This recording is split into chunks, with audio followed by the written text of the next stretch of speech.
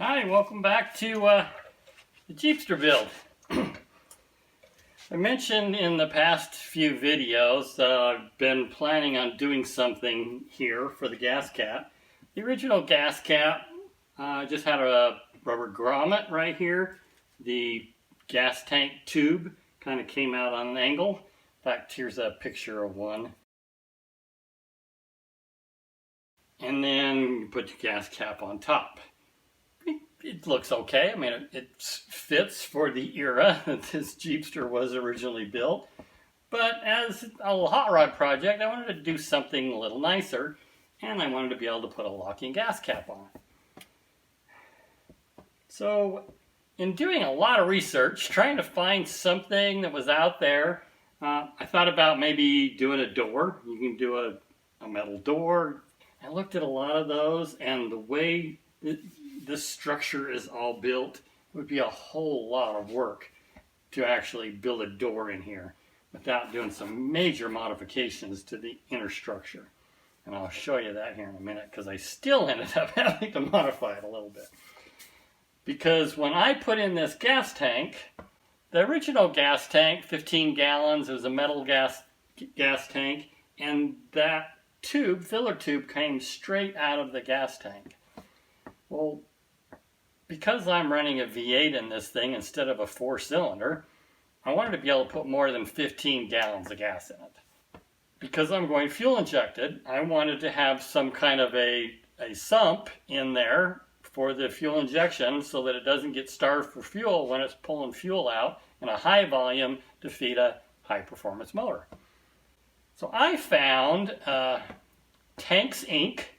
They do tanks for classic cars with the sump, and they have all kinds of really cool kits for an in-tank fuel pump.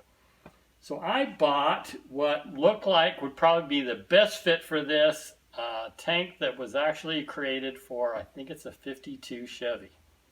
And that has a 2-inch tube on the side of the tank. And it's just off-center from this one. So I decided, all right, I'm going to go with that tank, and I'll put a flex tube in, and then gets me back to what kind of custom gas cap can I get. Well, I found, of all things, a 66 Nova custom gas cap piece that is really cool, and it's locking.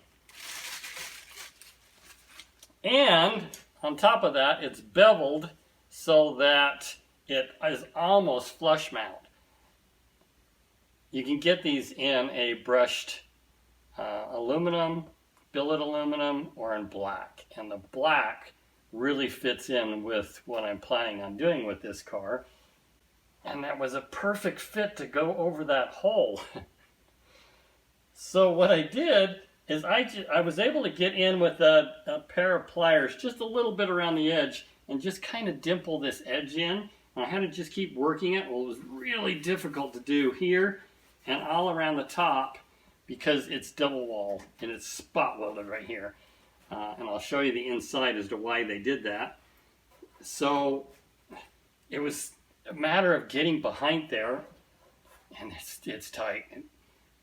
But getting a hammer and a dolly and a lip and be able to just keep working this edge, and I wanted to keep moving around. It was not easy to do. But it did finally get it. And it's just got this perfect bevel now. And once I mount this in, it actually sandwiches on both sides with an aluminum piece. And then it's got a O-ring seal that seals it off.